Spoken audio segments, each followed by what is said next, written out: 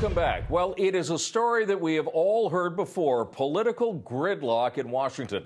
But this version could have a dramatic effect on Canada. Automatic, across-the-board spending cuts will hit every federal department in the U.S. and could very well drag that economy and ours back into recession. Just how far do the cuts go and how much of it will affect you? Here is your weekly West Block Primer. 2 years ago, the American Congress tried to reach a deal on America's towering deficit. And to make sure that a deal would be reached, they created a consequence for failure that no one wanted. But they didn't reach a deal, and so that stink bomb is scheduled to go off this week, creating a domino effect that will be felt right across North America. Now, nothing will be cut, but almost everything that the U.S. government does will shrink. In Washington, some 2.1 million federal workers will be forced to take 22 unpaid days off in the next year alone. The defense budget will be cut by almost 8%, or $42 billion, affecting everything it does, even the F-35. Cuts to food inspection plants could significantly drive up the cost of meat and poultry, even create some shortages. And Canadians will be hit too. With cuts to border services, the lineups at airports and border crossings into the States could take hours. All of this could threaten the fragile recovery in Canada, the U.S., even the world. Well, and joining me to talk about this now from Washington is Bridget Matthiesen. She is the special advisor in Washington for the Canadian manufacturers and exporters. Thanks very much for being here this morning, Ms. Matthiesen. First of all, let's deal with just how bad this might be for Canada and Canadians. Well, thank you, Tom, for having me on this program. Your primer piece was quite excellent. The consequences of sequestration, which would start March 1st, so it's 4 or 5 days ticking, will have three major implications and ramifications for Canada. As you know, Washington has seemed to be lurching from one crisis to another, but this time the crisis has a slipover effect immediately to Canada.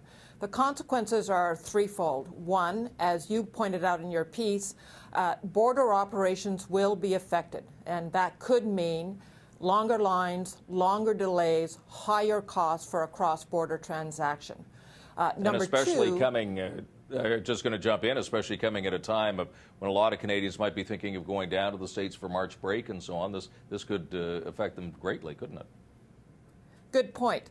And that's right. And in terms of the other piece, the cargo, cross-border shipments of cargo, it will primarily affect just-in-time inventories, perishable goods, and also business travelers that are essential given the integration of our economies. I think the second piece that... Go ahead. Sorry, go ahead. Well, the second piece is that the sequestration will also mean a reduction in federal procurement projects. These are the huge highway, water infrastructure projects in the United States. They're contracts with the private sector, and Canadian companies are very much engaged in those contracts. And the third and final piece that I would suggest might be of consequence for Canada is that as U.S. economists are already forecasting, if sequestration takes place, it could take the jobless rate back up to 8% and plus. It will dampen U.S. economic recovery. What does that mean for Canada? Given the integration, given how important the U.S. marketplace is for Canada, a downturn in the U.S. economy is not good news for Canadian companies. Very quickly, Ms. Matthiesen, what can Canadian companies do, especially small Canadian companies, do to protect themselves during this sequestration crisis? That's right. Well, if a Canadian company is engaged in cross-border transactions, I would, if I were them, be in close contact with their U.S. broker, and if they feel comfortable enough to call their local CBP field offices or the port of entry, ask them what contingency plans are in place.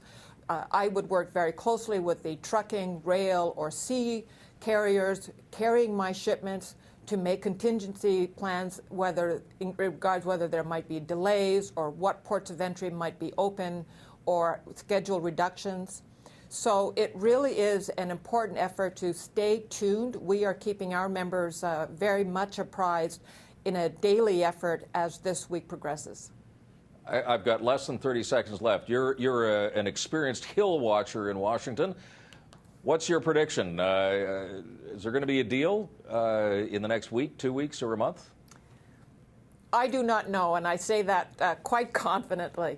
I don't have a crystal ball. We have seen 11th hour deals in the past here in Washington. But my question is, if there is a deal to avert this latest cliff, what's the deal? Is it just another punt to avert a cliff and therefore status quo for 3 or 4 months?